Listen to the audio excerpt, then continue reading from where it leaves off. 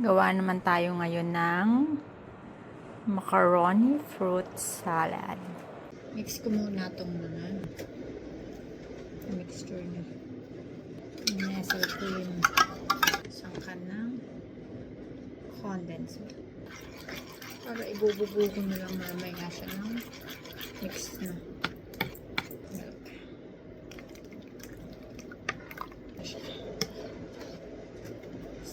Set aside. Then, ito na yung macaroni. Natin to fruit cocktail. Nata di coco na red. Nata di coco na green color. Itong cheese.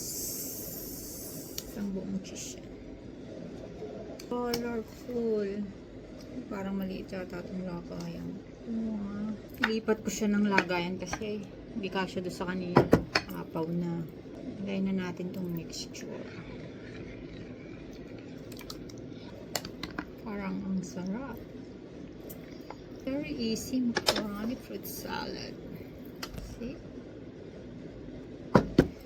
Tignan natin.